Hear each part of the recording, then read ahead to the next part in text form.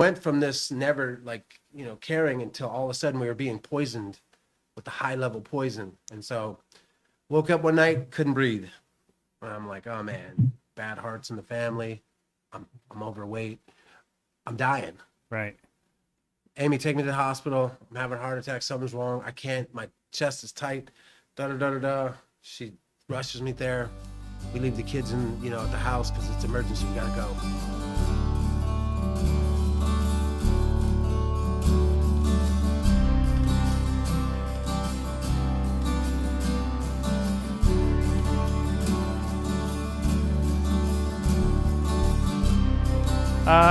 Hi.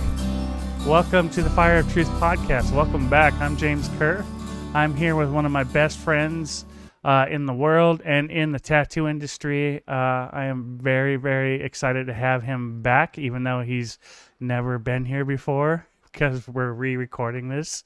Welcome back, Ted Marks, for the first time. Well, thank you for having me back for the second and first time. Yeah, it was awesome. What happened the first time? I fucked up and didn't press a button. Yeah, something about your mic. He was like, yeah, something, blah, blah, blah. Best, that would have been the best podcast because it was so good. Yeah. James fucked it up. So here we are back again and having to do this. Cool, whatever. Have this similar but not the same conversation as we did last time. Yeah, I'm sure it'll come out about 85%. Yeah. Well, it's better than 0%. Yeah. Like it sucks that because I felt like that one really went good. Like I felt we were talking both, and we got through it, right? And we said some really good stuff. So yeah, that stuff was all from the heart. So I don't, yeah. But yeah, we'll make it better. We'll make it better, and it's not going to be the same, but it's going to be better. And I've heard this story before, but never had heard you tell it the way you told it last time. So we're not going to try for that. I don't think. I think I'll just ask the same question and then we'll just see what happens and go with that, Yeah. So, the question I asked before was why tattooing? What inspired you to pursue this path? Oh, yeah. That's a big question, right? Yeah, it still hits. It hits the second time just like it did the first time. Yeah. Holy shit, I got to live this again. Yeah. Sorry. Yeah. Yeah. Re-traumatized. Yeah. Let's open that wound. Yeah.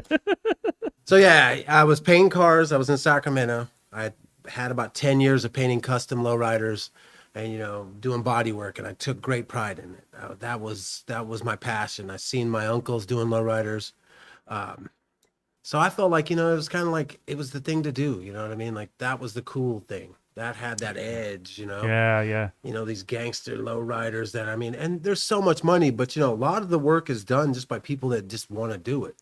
So by the time I start painting them, it was a fad. So everybody wanted their car painted like a lowrider, but they're not going through the 40 years of building it up from father to son. Right. So it was kind of like they were coming in quick, kind of fatty, and so it was like every day had to do like extensive paint jobs, 12-hour days, easy, and you're basically you're around chemicals the whole time. Right. So super bad chemicals, and I'm right at the switch of when chemicals were changing. There was enamel, there was lacquers, and there was all these little single stage stuff that everybody knows that's painting out there. Right. So it was like they just switched into this new base coat, clear coat. DuPont came out with the product, and they were in a race to everybody to whoever got this down, this base coat, clear coat, this single application, like it was easy. Like before you had to paint, you had to know what you're doing. There was a set distance, like tattooing, okay. Like you had to have like that movement, and it was like a skill. You had to be like, flowing like ninja, kind of like ballet, kind of like fencing. It was like in order to get that paint right, because you were putting it in. Right. Well, this new stuff was just basically you could close your eyes and go like this, spray it on, and then you had to put a little time into the clear coat, and then instead of taking 2 weeks, it dries in an hour. Boy, I wish I could tattoo like that. I've seen your work. Yeah, totally. It looks like I do tattoo like that. It does. No. But yeah, so the chemical was like I didn't know. I was at the front of it. I didn't know, and I was always that guy that if I hear about it, I want to be the first to learn it. I want to have that new machine. I want to have that new, everything. I want to try this stuff because it was revolutionary. It was like instead of waiting 2 weeks for a slow cook on a paint job that you put in and out of into the sun, and you had to deal with it, and it was soft stage. This stuff was done in an hour, and you could start sanding on it, clear coat it, and it's like that was more money, that production, everything. So that was the big jump in, you know, the auto body world. Well, we didn't know the chemicals were super toxic. Oh. And yeah, the way they can, you know, catalyze is they draw moisture from the air. So even if you're wearing a mask, they still attach to your body and absorb into your skin. And Wow. yeah, isocyanates poisoning is one of the things that happened to me. So I got, you know, like I said, I was working on a lowrider, worked all day. I actually even did some fiberglass work. So I was doing both. And so I might have been like not using everything, you know, all my mask and stuff correctly, like different stuff. I should have been blowing off in between before I did anything. But, you know, we'd answer the phone, we'll do everything. We had all these bad habits of Right. old painters because it wasn't toxic. So I had this old style and not realizing I had to keep my mask on it every second. And I had to have glove coat all over my hands. And I had, because weren't never told that. Right. You know, lacquer, you dip your hands in it, you cleanse your hands with it after you're done painting. Yeah. Yeah, that's just the way it was. Right. It wasn't that bad. It was just, you know, alcohol, denuded or whatever. And it was like, so we could, yeah, we basically drank that stuff. Right. And so we went from this never like, you know, caring until all of a sudden we were being poisoned with the high level poison. And so woke up one night, couldn't breathe. And I'm like, oh man, bad hearts in the family. I'm overweight. I'm dying. Right. Amy, take me to the hospital. I'm having a heart attack. Something's wrong. I can't. My chest is tight. Da da da da da. She rushes me there. We leave the kids in, you know, at the house because it's emergency. We got to go. Get there, 6, 7, 8 hours. They're testing my heart. Doc finally comes in. He's like, well, first off, your heart's as healthy as a horse. You know what I mean? Yeah. So what is, you know, What are you doing here? Yeah, no, he was like, but now here's the problem. You do have a serious problem. And I'm like, oh no. What is it? You know what I mean? I'm like, he's like, well, it ain't your heart, it's your lungs. You got 80% lung damage. So you're pretty much like at this moment, you're already disabled. You destroyed your lungs where they look horrible. He's like, are you a smoker? I'm like, no. Wow. I mean, I smoked weed, you know, but I wasn't even doing that every day. Well, yeah, I was, but you know, not as much as you want to believe. Not as much. Not as like we Cheech and did. Chong. Yeah, Yeah, exactly. you know, not. Yeah, it was. Not snorting lines No, of Ajax no. or anything. Yes, I was. Well, No, yeah. no. But, and so no, I'm like, no, I'm not a smoker. You know, I try to go over everything. I try to make every excuse in the world that it wasn't bought. And so he's just like, yeah, well, bring me the data list of what you're around and we'll look at it. And so as soon as I sent it in, big red flags. 2 days later, I mean, he's got me back in. He tells me, yeah, you have isocyanates poisoning. You have 80% lung damage, 81%, like something like that. And he's like, you can't go back to work. And he goes, and I said, well, you know, maybe I'll finish out the year and I can slow. I was thinking, give me enough time and at least I could pad the bills. Transition or Yeah, something, like, right? To something else, right? What do you do? Like there's cars waiting. And in my mind, I got cars that are waiting to be done and they're halfway done. And it's so like, I love my work so much that I want to spray that candy on top. I want to do some airbrushing on the cars. I am like every paint job, I'm putting my heart and soul into. It's your creative outlet. Yeah, and Right. I took it serious, and I felt like my uncles were always watching, even if they didn't see every car I painted. My brother was watching. You know, he got me into this stuff. Yeah. So I mean, you know, I saw for the first time, not segueing out, but at Salinas, the lowriders that they were making. yeah. I mean, at Wancho, yeah. oh man, that was amazing. Yeah, no, Yeah. I mean, I've never even seen that many lowriders. I've been in Yeah. Sacramento car shows, and you know, my cousins still put on a lot of the lowrider stuffs down there. And shout out to Impalas in Sacramento. Yeah. Well, yeah. So I've never seen that many in one place. So that was amazing. I mean, yeah, you see the detail that goes into Yeah. them. You see what pride comes along with it. Yeah, the love in it. You imagine yeah. somebody pays us 10 grand for a sleeve and, you know, Right. our sleeve, 2 sleeves, whatever, a back piece. And we think that's a big deal. Right. Well, these guys got that in the frame. Right. Yeah. Right. Yeah. And not to include the thousands of millions of hours that you can't calculate. Right. Because somebody's pouring their love into a piece of metal. Yeah. Yeah. And I mean, they're putting their heritage in it. They're putting everything. So these paint jobs, they mean a lot. And these people are waiting and they have the expectations. And I couldn't deal with that. And I was just like, well, what if I just finish up? He's like, listen.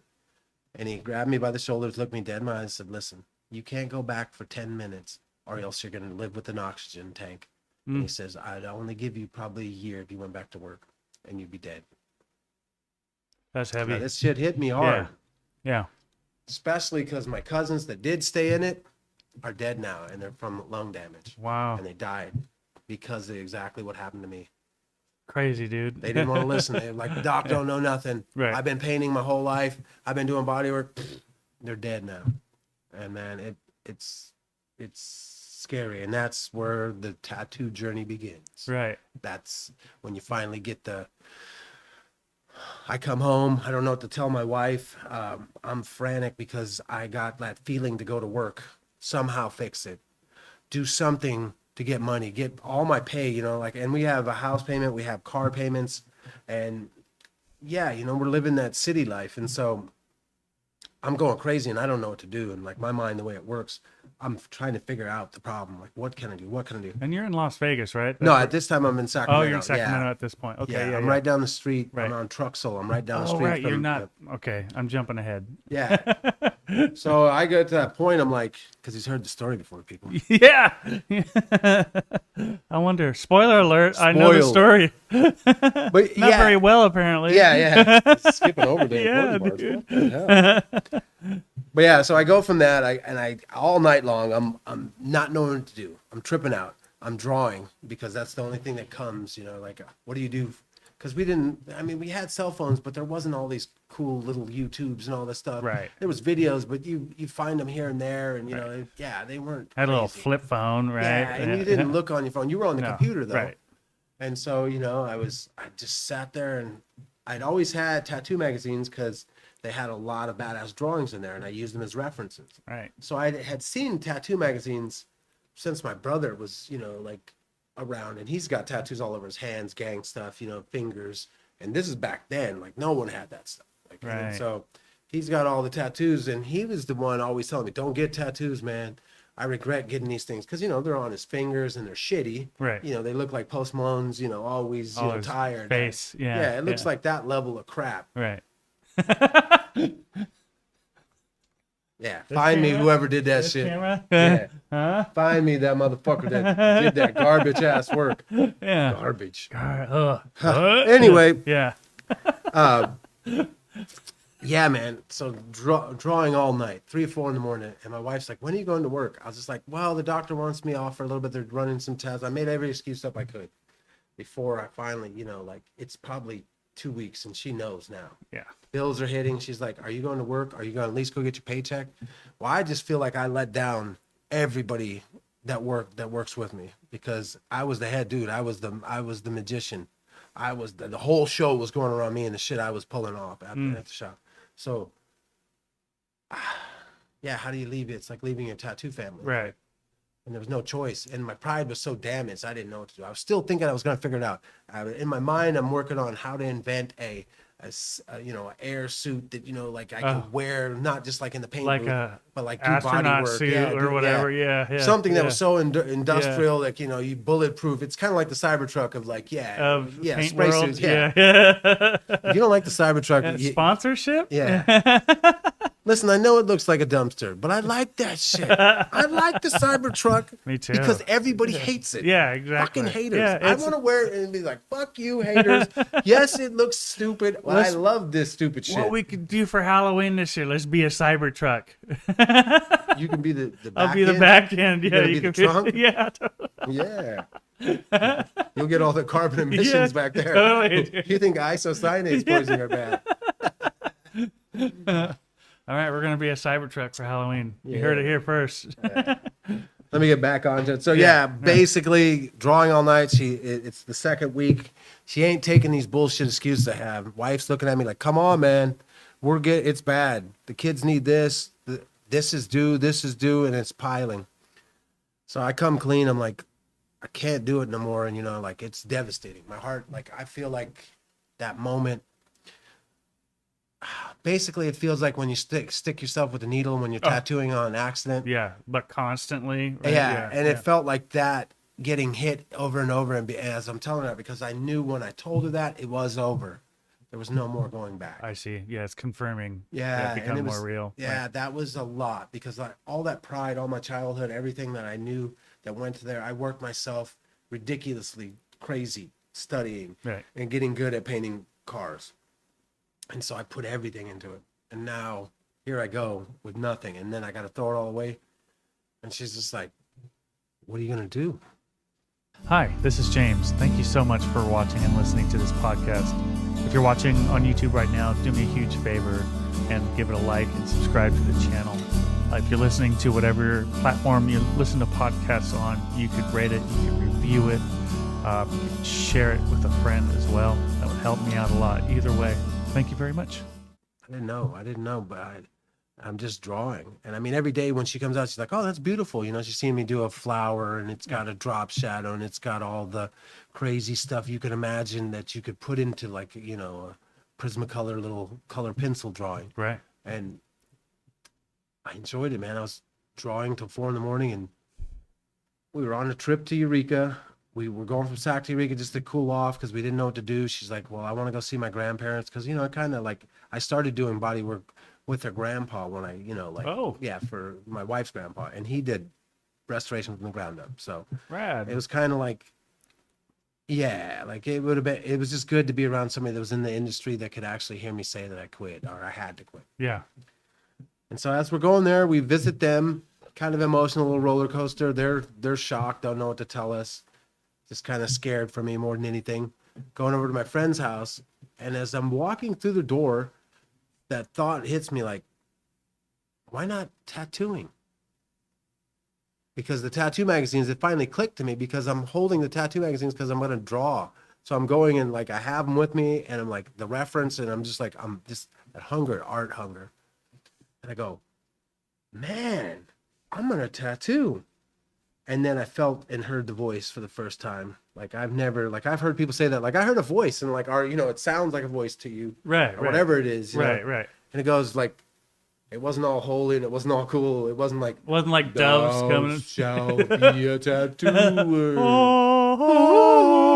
Yeah. No, it sounds like I'm gonna tattoo, and it was like, duh. About time you heard me. You always were a tattooer. You just realized it now, dumbass. And I was thinking like that voice. I waited to hear it my whole life, and that's what it did. Talk shit, Yeah, and, like sarcastic. Fuck you. You know what I mean? It was like it felt like that. It wasn't like you in your mind you think you're gonna hear this voice that's like cool. Right. It was just my voice. It felt like like it was like dumbass.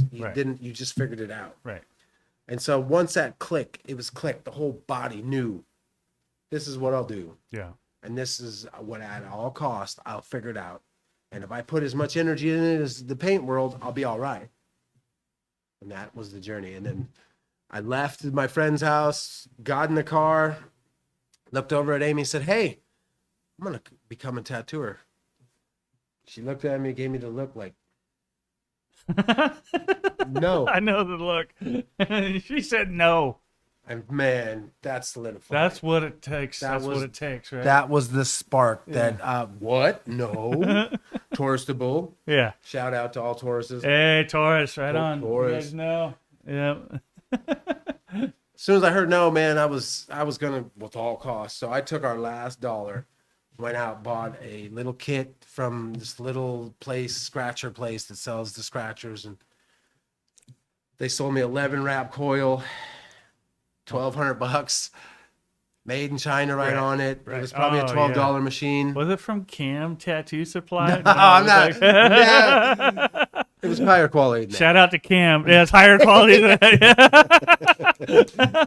Woo, sorry, Cam. Yeah, I don't think they're a thing anymore. All right, well. Thanks to Amazon. We call them Camazon now. Camazon. Yeah, cheap machine, but I had no clue. I heard 11 wraps. The guy's like, oh, this is the hybrid. This is the machine. Just to clarify the amount of copper wiring wrapped in the coil of the... Yeah. So every time they wrap around a steel core, how many ever wraps it does. The average tattoo machine got to 8. Okay. Let's say a liner, they usually start about 8, then they go to 10, and then they go to 12. They don't really ever go in between. So 11's a weird fucking number. It's weird, and that's what the guy sold me on. He's like, brother, it's 11 wrap. It goes between a 10 and a 12. Yeah, wow. So you have this wide range. So like, and in my mind, you don't know. It sounds like, to me, I'm buying tools. Right. I'm used to working with my hands. I'm thinking I got a hybrid tool. Why not be ahead of the curve? Right. Get home, the thing's hot, overheating, blowing capacitors, shoots in the air, flies, confetti. springs breaking, Right. going back, spending more money. Guys telling me you just got to upgrade, get a better power supply. I spend every dollar we have down to about maybe $2,000, and all our bills are due again. And this is we're back in SAC, and I go everywhere looking for apprenticeship. Like, I'm gonna learn this. She's just like, because I mean, I have the 11 wrap coil. I have it. I tried a tattoo with it. Like I said, breaking springs, doing little tattoos, realizing there has to be somebody to teach you. There's Yeah. no way you could just like, and this is coil days. This is when nobody had information. Right. There was no, you're not buying a DVD at this time to see how to tattoo. Right. No, Yeah. Joshua Carlton hadn't put that out yet. And Yeah, there people was were- Reed Street forums on the internet, Right. and you had to prove you're a tattooer, or they didn't let you into the professional page. Right. They let you in the general chat, and you still tried to steal any information you could there. You scoured for hours, hoping somebody said something about a gauge of a spring or a coil, and you ripped that. Oh my God, he said use 1018 cold roll steel for the coils. Oh my God, that was secret. Right. Everything was secret. Yeah. And it was like, you try to learn it, you just got cussed out. Yeah. Get an apprenticeship. Well, Yeah. you get beat down with get an apprenticeship. So I'm like, get an apprenticeship. It's right. Exactly. Because, of course, I try to post my little tattoos I done. They're like, scratch it. Yeah. And I'm like, what? Y'all, what's a These are pretty scratcher? decent. Yeah. You're pretty decent. Didn't even know enough to know what a scratcher was. I didn't. I was in Yeah. I went through my scratcher phase. Yeah. So, yeah, basically, I get a half apprenticeship at this place in Sacramento. They give me a shot. The guy said, show up tomorrow, start cleaning. Just do that until we move to the next phase. I'm like, cool. I show up the next day. He's like, who are you? I'm like, bro, you said come here. And what do you mean? We talked all day yesterday. He had early signs of dementia. Okay. And he was probably 65. And I come back the next day or next couple days. Oh, yeah, man, you're doing great. Keep going. Just sweep, mop, clean the windows, talk, do this, empty trash cans, do everything you do. And I come back in and he was like, who are you? Are you here for a tattoo? And I just realized there's no way I'm making it past this. Like, this isn't going to work. So I go to my wife and I've spent a few days there and no money. We're down. I used it all in the 11 wrap coil. I tell her, I don't know what to do. Now we're facing, we're getting kicked out. Oh. We have to pay. Cars are pretty much dwindling. So I'm selling stuff as fast as I can, but it's just to pay a little bit here and there. And we just get this idea. We're like, let's move to Vegas. There's more tattoo shops there in my mind. That's what I think. Right. That makes sense. We always loved it when we went on vacation. So we go out to Vegas and go out there. I start working as a house painter because it's less chemicals, but it's still hurting me. Every time I spray the stuff, just a little bit of irritant or around any chemical, I start freaking out. Yeah. It's like I feel the feeling. It comes back like when I went to the hospital.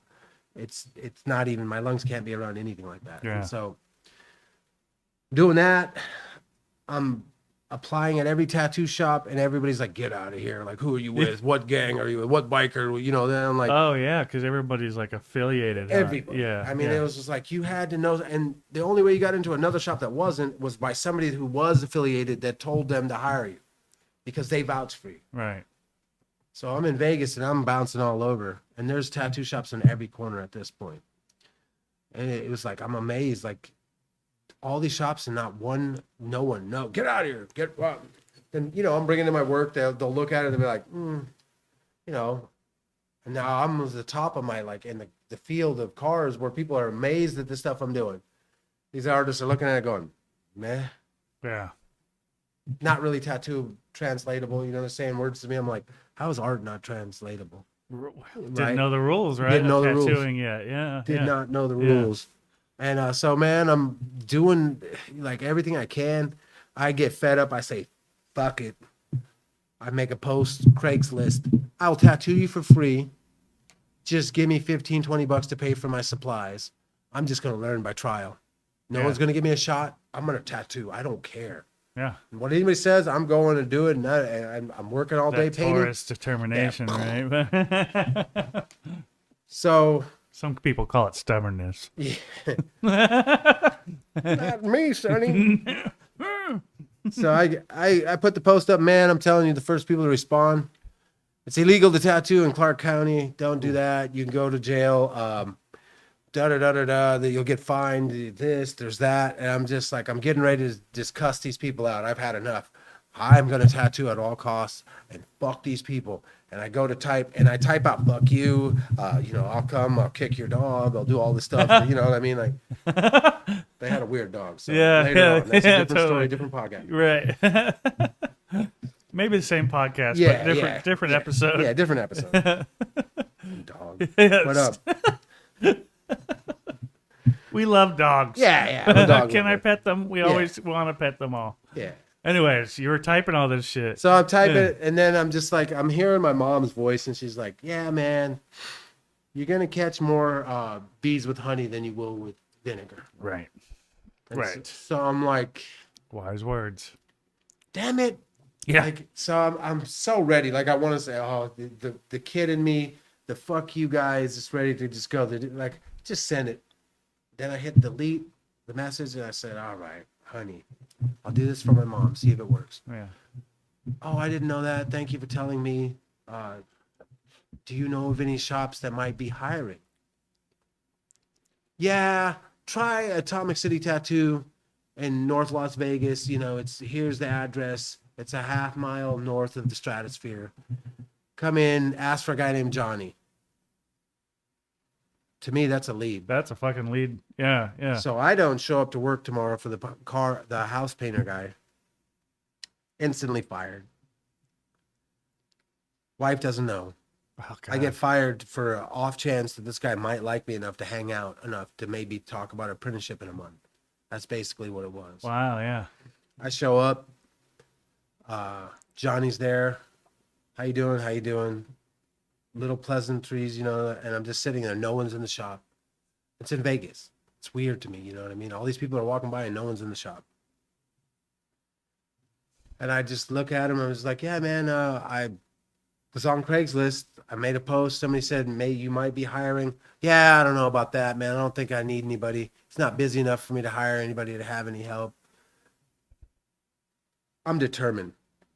You got to figure. I went through the gauntlet. Yeah. Just lost your job. Yeah. You're all in, dude. I'm all in. I have to get Vegas this. pun, right? I'm all in. I'm black. Yep. And so I'm just there, and I don't know what to say. It's awkward. It's just very awkward. Like you've never felt awkward like this before.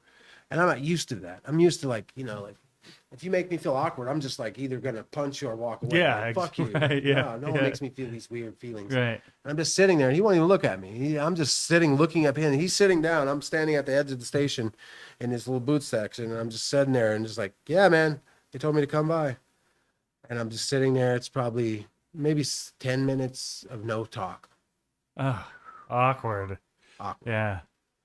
I go, is there anything you want me to do, man? While I'm sitting here, I'm the type of person I'd rather be doing something than not. Like, take trash out, paint something. I don't know, bro. Right. I don't know. Anything? He's like, no, I don't really think there's anything. Just hang out, I'm like, do about another 30 minutes. Fuck. It's an eternity. Yeah. Yes. Staring at the top of this dude's head. You got your wife and kids kind of Yeah, like. I just quit my job. Don't yeah. want to tell him that. Don't know him that way. Yeah. He's being an asshole to me, or I perceive it as him being an asshole. Right. And Right, I've never of met a course. human How being else like are you this. supposed to perceive it, right? Yeah. Like, yeah. I've never met a human like this Yeah. before. That's actually just like cold fishing me. Right. He's cool kidding me, and I'm like 30 at the time. Like, Right. yeah, so because I'm late, I'm already in the car painting, 12 years. So I'm Johnny come lately. He's looking at this old fucking fat dude. He just walked in the shop, barely got any tattoos, and he's just like, "Oh, you want to be a tattooer? Yeah, right. Fuck you." Right. Right. So